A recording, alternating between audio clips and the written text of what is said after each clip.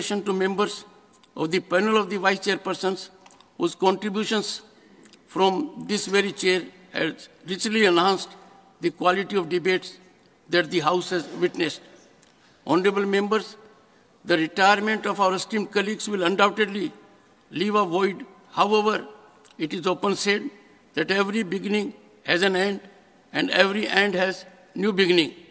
I am confident that these members will continue to be actively engaged in public life, serving our nation in various capacities as one never retires from public service. The wealth of parliamentary experience they have garnered during their tenure here will undoubtedly prove an invaluable asset as they embark on new endeavors. I am sure that their guidance and mentorship will certainly be available to the society at large. As presiding officer, I will surely miss your participation in the deliberations of the House. I extend my heartfelt gratitude to the retiring members for their dedicated service and wish them every success in their future endeavors. May they continue to inspire and lead, making meaningful contributions to the welfare and progress of our nation. Honorable Prime Minister.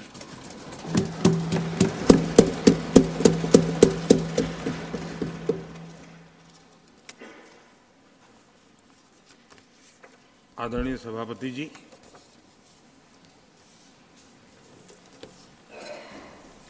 हर 2 वर्ष के बाद इस सदन में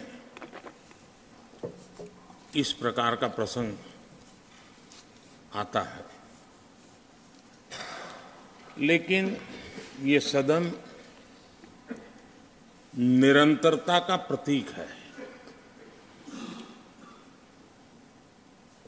लोकसभा 5 साल के बाद नए रंग रूप के साथ सज जाती है। ये सदन हर 2 वर्ष के बाद एक नई प्राण शक्ति प्राप्त करता है, एक नई ऊर्जा प्राप्त करता है, एक नए उमंग और उत्साह का वातावरण भर देता है। और इसलिए हर 2 साल में जो होने वाली विदाई है, वो विदाई एक प्रकार से विदाई नहीं होती है। वो ऐसी स्मृतियों को यहां छोड़ करके जाते हैं, जो स्मृतियां आने वाली जो नई बैच होती है, उनके लिए ये अनमोल विरासत होती है। जिस विरासत को वो यहां अपने कार्यकाल के दरमियान और अधिक मूल्यवान बनाने का प्रयास करते हैं। जो आदरणीय सांसदगण अपने, कुछ लोग जा रहे हैं, हो सकता है कुछ लोग आने के लिए जा रहे हो और कुछ लोग जाने के लिए जा रहे हो। मैं विशेष रूप से माननीय डॉक्टर मनमोहन सिंह जी का स्मरण करना चाहूंगा। 6 बार इस सदन में वो अपने मूल्यवान विचारों से और नेता के रूप में भी और प्रतिपक्ष में भी नेता के रूप में उनका बहुत बड़ा योगदान रहा है। वैचारिक मतभेद, कभी बहस में छिटाकशी, वो तो बहुत अल्पकालीन होता है, लेकिन इतने लंबे अरसे तक जिस प्रकार से उन्होंने इस सदन का मार्गदर्शन किया है, देश का मार्गदर्शन किया है, वो हमेशा हमेशा जब भी हमारे लोकतंत्र की चर्चा होगी तो कुछ माननीय सदस्यों की जो चर्चा होगी उसमें माननीय डॉक्टर मनमोहन सिंह की योगदान की चर्चा जरूर होगी।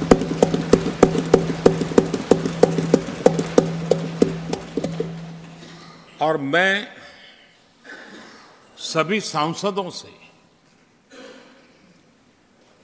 चाहे इस सदन में हो या उस सदन में हो,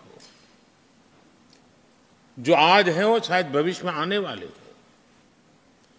मैं उनसे जरूर कहूंगा कि ये जो माननीय सांसद होते हैं किसी भी दल के क्यों न हो, लेकिन जिस प्रकार से उन्होंने अपने जीवन को कंडक्ट किया होता है, जिस प्रकार की प्रतिभा के दर्शन उन्होंने अपने कार्यकाल में कराए होते हैं, उसका हमने एक गाइडिंग लाइट के रूप में सीखने के लिए प्रयास करना चाहिए। मुझे याद है उस सदन के अंदर लास्ट कुछ दिनों में एक वोटिंग का अवसर था, विषय तो मैं छूट गया मेरा, लेकिन पता था कि विजय ट्रेजरी बैंक की होने वाली है। अंतर भी बहुत था, लेकिन doctor Manmohan Singh ji wheel chair में आए, वोट किया। एक सांसद अपने दायित्व के लिए कितना सजग है उसका वो उदाहरण है, वो प्रेरक उदाहरण था। इतना ही नहीं, मैं देख रहा था कभी कमिटी के चुनाव हुए, कमिटी मेंबर्स के, वो व्हील चेयर में वोट देने आए। सवाल ये नहीं है कि वो किसको ताकत देने के लिए आए थे, मैं मानता हूं वो लोकतंत्र को ताकत देने आए थे।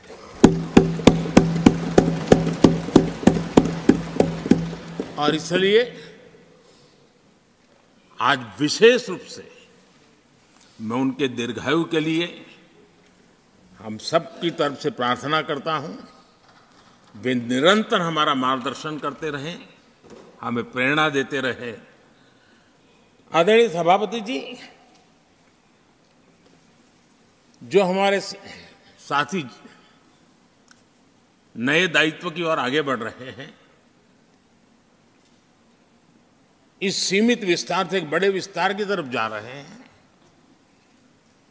राज्यसभा से निकल करके जनसभा में जा रहे हैं, तो मैं मानता हूं उनका साथ, यहां का अनुभव, इतने बड़े मंच पर जा रहे हैं, तब देश के लिए एक बहुत बड़ी पूंजी बनकर के निकलेगा।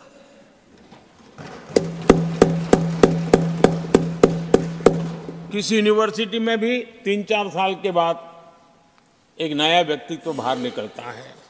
ये तो 6 साल की विविधताओं से भरी हुई है, अनुभव से घड़ी हुई एक ऐसी यूनिवर्सिटी है जहां 6 साल रहने के बाद कोई भी व्यक्ति ऐसा निखर करके निकलता है, ऐसा तेजस्वी बन करके जाता है, वो जहां भी रहता है, जिस भूमिका से रहता है, वो अवश्य हमारे कार्य को अधिक ताकतवर बनाएगा, राष्ट्र के काम को गति देने का सामर्थ्य देगा।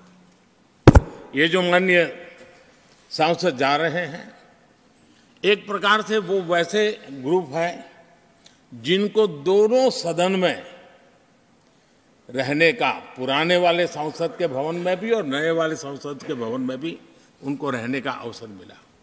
ये साथी जा रहे हैं, वो आजादी के 75 वर्ष अमृत काल का, उसके नेतृत्व का साक्षी बनकर के जा रहे हैं। और ये साथी जो जा रहे हैं, हमारे संविधान के 75 साल, उसकी भी शोभा बढ़ाते हुए आज हम सबके के साथ जा रहे हैं, तो अनेक स्मृतियां लेकर के जा रहे हैं। हम वो दिन भूल नहीं सकते कि कोविड के कठिन कालखंड में हम सब ने परिस्थितियों को समझा, परिस्थितियों के अनुकूल अपने आप को गढ़ा। यहां बैठने के लिए कहा तो यहां बैठो, वहां बैठने के लिए कहा तो वहां बैठो, उस कमरे में बैठने के लिए कहो। किसी भी दल के किसी भी सांसद ने ऐसे विषयों को लेकर के देश के काम को रुकने नहीं दिया। और कोरोना के वो कालखंड जीवन और मौत का खेल था, घर से बाहर निकले पता नहीं क्या होगा।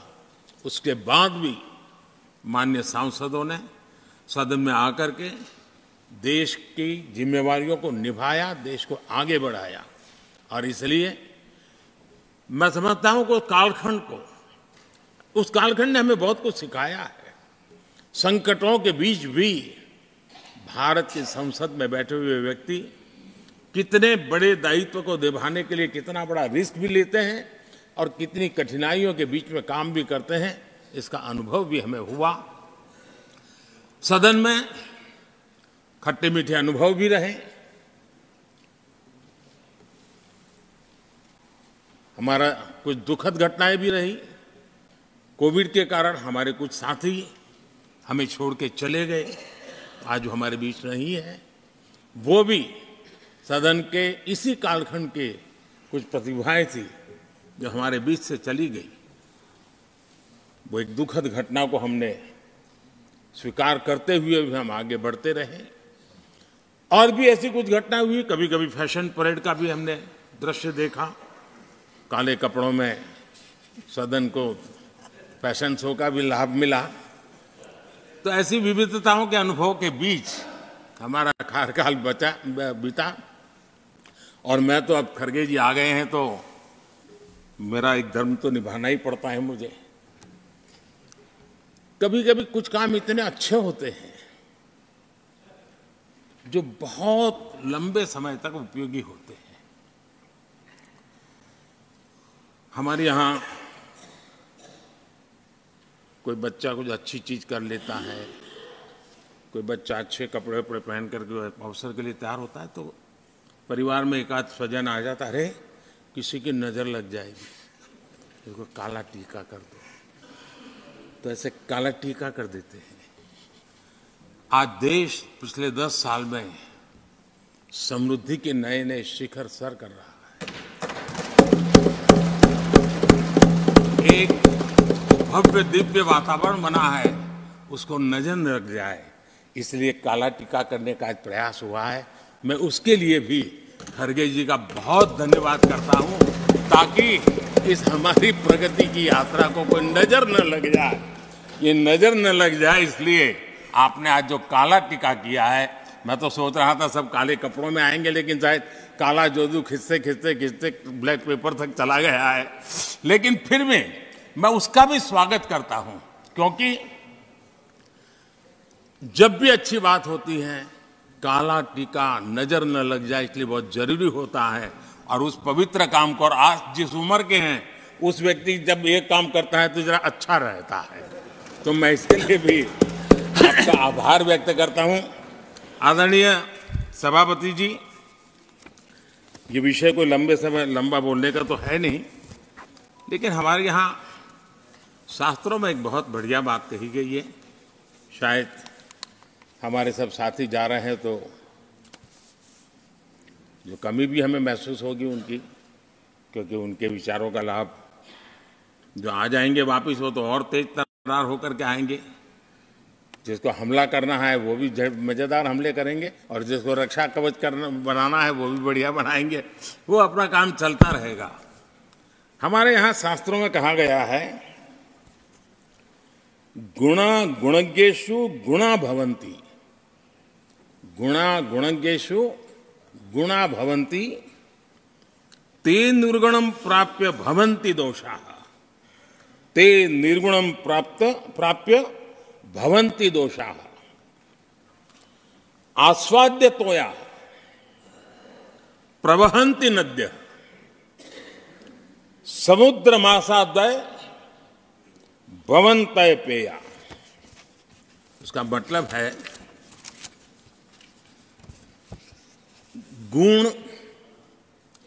गुणी लोगों के बीच रहकर गुण होते हैं। जो गुणी लोगों के बीच रहने का मौका मिला तो उनके साथ रहने से हमारे भी गुणों में बढ़ोतरी होती है। निर्गुण को प्राप्त करके वो दोष युक्त हो जाते हैं। अगर गुणियों के बीच में बैठते हैं तो गुण तो बढ़ जाता है, लेकिन गुण ही नहीं है तो दोष बढ़ जाते हैं। और आगे कहा है, नदियों का जल तभी तक पीने योग्य होता है जब वो बहता रहता है। सदन में भी हर 2 साल के बाद नया प्रवाह आता है, और जब तक बहता रहता है, लेकिन नदी कितनी ही मीठी क्यों ना हो, पानी कितना ही स्वादिष्ट क्यों ना हो, लेकिन जैसे ही समुद्र से मिल जाती हैं वो किसी काम की रहती नहीं है, उसमें दोष आ जाते हैं, दोष युक्त हो जाते हैं। और इसलिए समुद्र को प्राप्त करने के बाद पीने योग्य नहीं रहता। मैं समझता हूँ ये संदेश हर एक के जीवन में प्रेरक रहेगा। इसी भावना के साथ जो साथी समाज जीवन के एक बहुत बड़े फलक पर जा रहे हैं, इस जीवंत यूनिवर्सिटी से अनुभव प्राप्त करके जा रहे हैं, उनका मार्गदर्शन, उनका कर्तृत्व राष्ट्र के काम आएगा, नई पीढ़ी को प्रेरणा देता रहेगा। मैं सभी साथियों को हृदय से अनेक अनेक शुभकामनाएं देता हूं। बहुत बहुत धन्यवाद।